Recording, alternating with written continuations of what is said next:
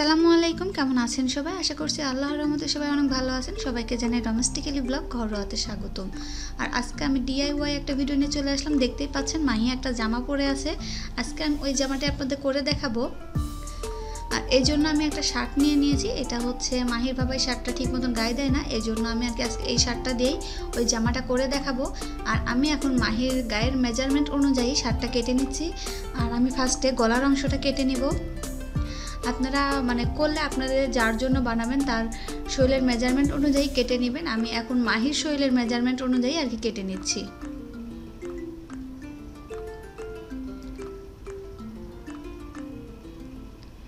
এই তো জামার গলাটা আমি কেটে নিয়েছি। আর এখন আমি জামার হাতাটা কেটে নিব।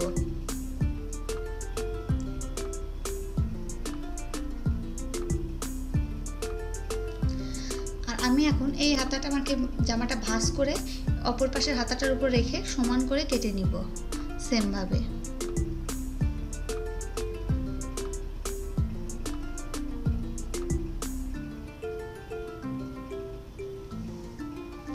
এই তো আমার দুইটা হাতাটাই কাটা হয়ে গেছে।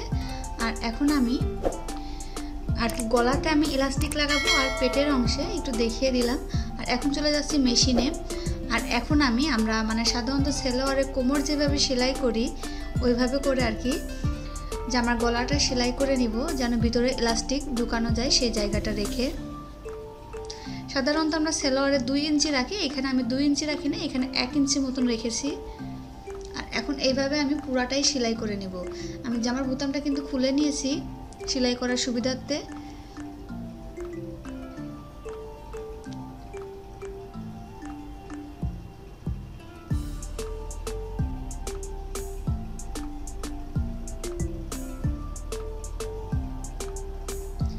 এই তো গলাটা সেলানো শেষ। আর এখন আমি পেটের অংশে আর কি ইলাস্টিকটা লাগিয়ে নিব। আপনারা চাইলে এক্সট্রা ফিতা দিয়েও কোমরে লাগিয়ে দিতে পারেন।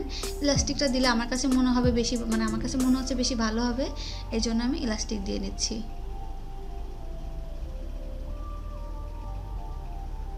আর এখানে আমি এই চিকন ইলাস্টিকটাই ব্যবহার করেছি। আপনারা চাইলে মোটা ইলাস্টিক থেকেও কেটে নিয়ে লাগিয়ে দিতে পারেন।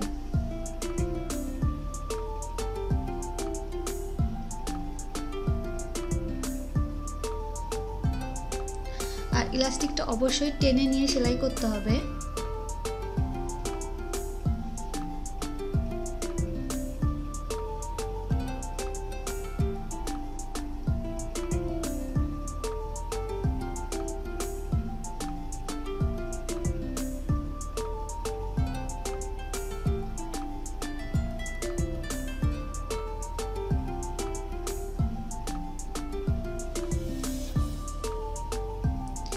এই তো আমার পুরোটা ইলাস্টিক লাগানো শেষ।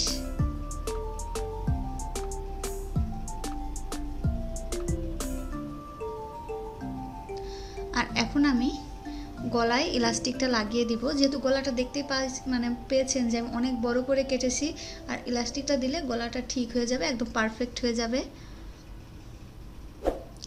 আর এখন আমি সিফটি পিনের সাহায্যে জামার গলার ভিতরে ইলাস্টিকটা ঢুকিয়ে নিচ্ছি। সেলোয়ারের ফিতা আমরা সাধারণত যেভাবে ঢুকাই ওইভাবে করে।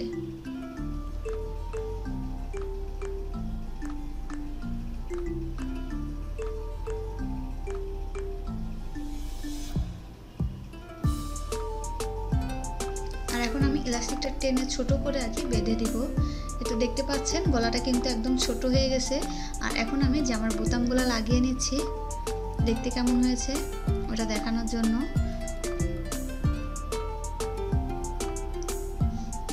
আর এই তো আমার হাতাটা সেলানো হয়নি। আর এখন আমি হাতাটা আগে সেলাইয়ে দেখিয়ে দিব।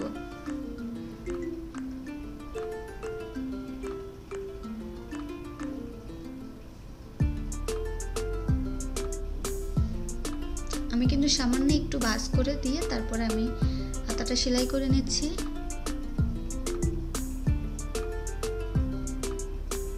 আর হাতাটা সেলাই করার পরে আমি জামার পেটের অংশে যেভাবে করে ইলাস্টিক লাগিয়েছি সেম ভাবে হাতাতেও ওইভাবে করে আমি ইলাস্টিক লাগিয়ে দিচ্ছি। আপনারা চাইলে ইলাস্টিক নাও দিতে পারেন।